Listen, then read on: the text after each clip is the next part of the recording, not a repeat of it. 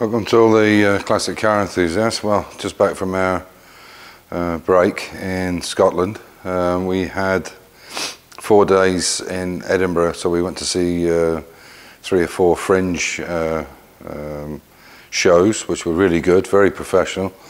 We saw the Tattoo on the Saturday night, and which unfortunately it rained 15 minutes into it, but this is Edinburgh or Scotland. But in August I didn't think it would be that bad, but it wasn't very cold compared to leaving Austria when it was 34 degrees and then getting there, and I think the max was about 17, so it was pretty cold, and we had 1 suitcase just full of wet weather gear basically. I've forgotten just how much it rains up there, and in the north of England as well. Anyway, and we went to see Britannia as well, the Royal Yacht Britannia. I can remember guarding that once in Rosyth dockyard. Never ever obviously went on board, and I think the Marines at 4-5 looked after it for a weekend when it was there for some reason. So it was good to look around it, and it's nice to see it's actually making money now instead of losing money or costing money to the taxpayer. Anyway, yeah, a quick couple of things. So while I was away, I didn't take my laptop with me, but I had a look and I saw on Trev's blog, which is quite sad that Trev has had some problem with the YouTube police. But I guess, and this is why I always listen to the radio. I have the radio on all the time, and I don't put it on during doing YouTube posts, because you know you just get into trouble with it all the time with this copyright law and whatever. It amazes me that they can put it on a radio, but you can't do it over YouTube. It's absolute nonsense, but it is what it is, I guess. So because of this situation, this police state that we almost live in worldwide, I just don't put it on, and then they can't complain. But Trev's is saying that because due to workload, which I understand, it takes a long time to edit the videos. Mine don't take long, because obviously this is why they're not as good quality as they should be, but you know, I'd rather get on with the work than do flashy editing. I couldn't do it anyway. I'm not good enough with the computer, but it's good enough for what I want to get over, the point I want to get over. But anyway, he's decided that he's going to cut it back quite a bit, and they've taken off quite a few of his videos. Now, while I was away in Edinburgh, we decided to, instead of going to Glasgow, we ended up going back to Edinburgh for a couple of 2 nights, I think it was. And I did have a look. We were at the Sheraton, and I looked on their computer system at Trev's vlog about how he was saying that he's going to not do so much because he's busy. He's working 7 days a week, and it does take time, like I say. But the videos are absolutely excellent, brilliant stuff. And I'm sorry to see that. And also, as I say, this issue with the YouTube police.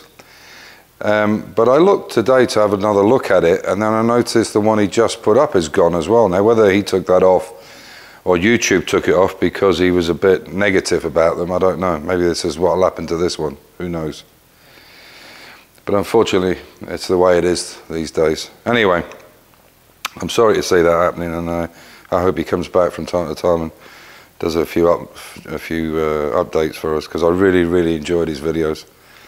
And I'd like to push him as much as I could. Anyway, so that being said, I just want to say a big thank you to Sean C.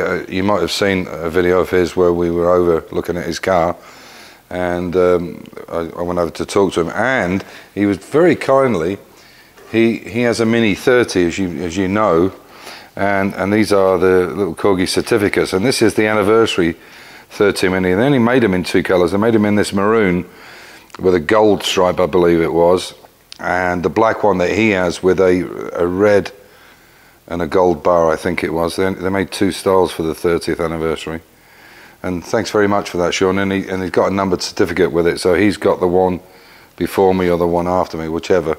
But that'll go up with my other models. Thanks for that, Sean. So, going back to the car. So, I got an email from a guy called Randy Almond, and he's in Texas, in the States, and he wrote me a reasonably long email, but it was good because it was about the history of minis for him and what his predicament is.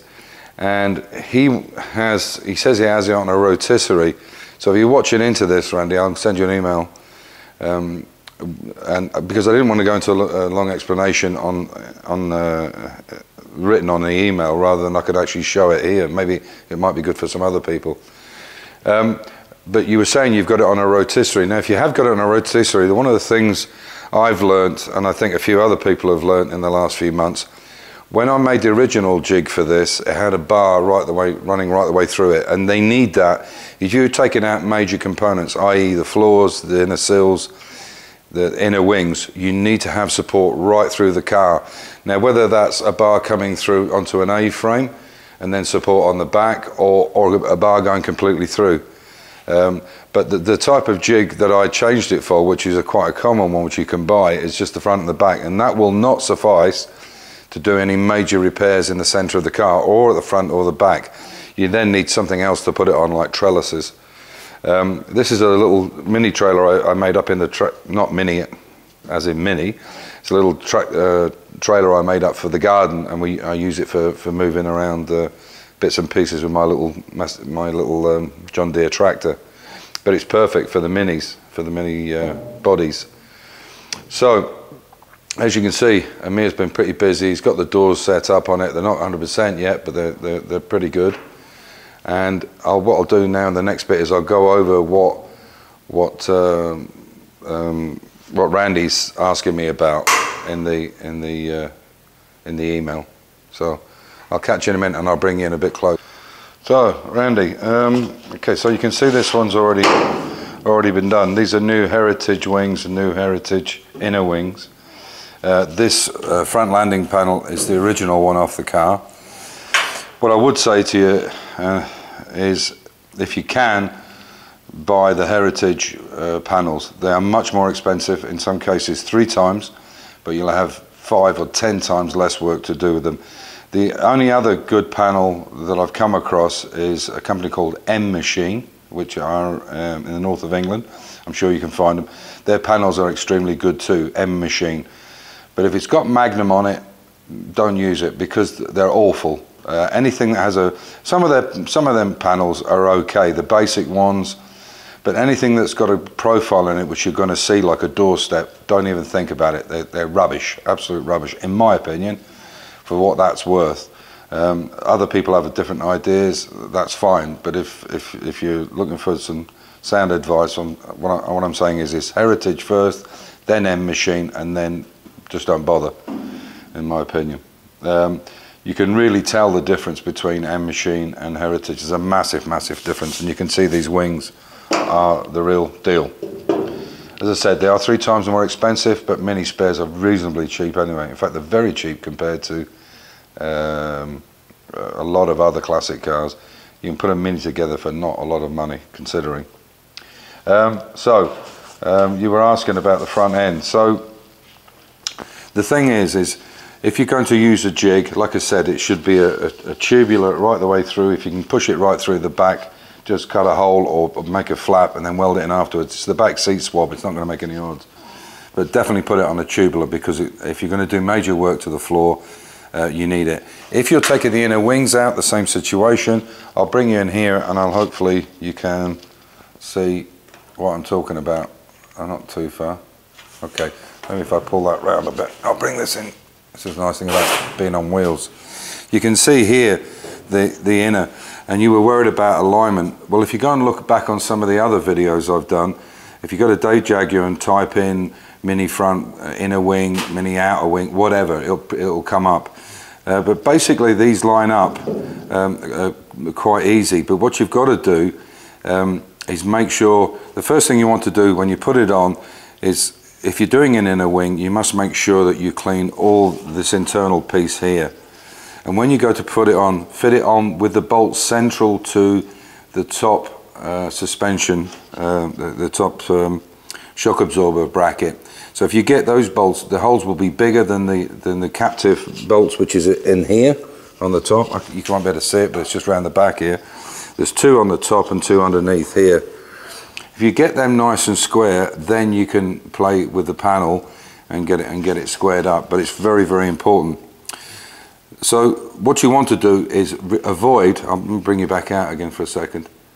What you want to do is avoid at all costs welding anything straight away. So if you use the 4 bolts without the shock absorber tops, bolt them to the car. and use clamps or Cleco clips. This is a clip where you can push on it and it'll hold it in place. Or self-tappers, it doesn't matter, as long as you can go over it and re-weld it, it's no problem. Put the inner wings in, and then, because what you want to do is put on the scuttle panel, the inner wings, the scuttle panel, the front and the outer wings, and you want to put all that together. Again, this can be done with Cleco clips here, but you really want to put the whole front together. But more importantly, the front subframe must be in. You need to mount the subframe back onto its mounts so that you can tie it to this front bar. And when this front is on to the front subframe, you'll know it's straight, and then you can move the panels accordingly. The other tip I would say is when you're putting panels on, do not worry about the outside lip. Where there's a lip, for instance, I'll show you here. In fact, I'll try and bring the camera down. I don't know if that's going to show. Yeah, it will. Just. Excuse me. And I'll bring this light round a little bit. That hopefully will show up. Yes, it will. Okay. One of the other good tips is don't worry about this edge here, these edges, because they're always different on all the cars. They're thicker or smaller or whatever. The most important thing is that the internal part of this is flush. It will come flush here because it's made of the same gauge steel, but make sure the internal part is flush, and don't worry about the external part, because you can cut that to fit, to trim. A lot of people try and get this edge and this edge together, and then what happens is there's a problem inside. These need to be flush everywhere inside, internally. Same here. And then this can be cleaned up afterwards. So don't go to the mistake of trying to make the outside look nice. You can finish that off afterwards. This is quite a simple job to do, but it's very methodical, and you need to make sure, I can guarantee if you're putting a front on a car, you will probably mount it and demount it at least half a dozen times, maybe more. So it's quite time consuming, but to get it right, you need to do that and use as many screws, whether it be metal screws or whatever, self-tappers or clips or clamps, whatever it needs, but keep doing it until you get it absolutely spot on, because this will make a big difference between a good restoration and somebody who's just putting one back on the road. And you asked about panels. To me, the only way to do it is to get panels and replace them. This idea of putting a patch here and a patch next to it and a patch next to it is just, in my opinion, is just bodging it. And I see a lot of people on YouTube doing this. For a small patch where the rest of the panels is in good condition, that's different. But generally on Minis, they rot all in the same place. So patching it and putting a patchwork quilt, it's not the way to go. This car had this, and I took it all back out because it looked awful, and it's structurally not very sound either. And I see people doing it, and it makes my hair curl because it's not the way to go. Buy the panel and make sure you replace the whole thing, and so it's structurally absolutely sound. So that's it. If you've got any other comments or anything you want to say, just let me know, and I can do, as I said, just go to Dave Jaguar 66, look under Mini, classic Mini inner wings or outer wings or sills, inner sills, they're all pretty much written down of what each individual part was, front, landing panel, so on, and you can see how many times I've put this up and down before it was actually put together. So stay safe, keep the faith, enjoy your hobby, and thanks for everybody subscribing and watching in. Take care.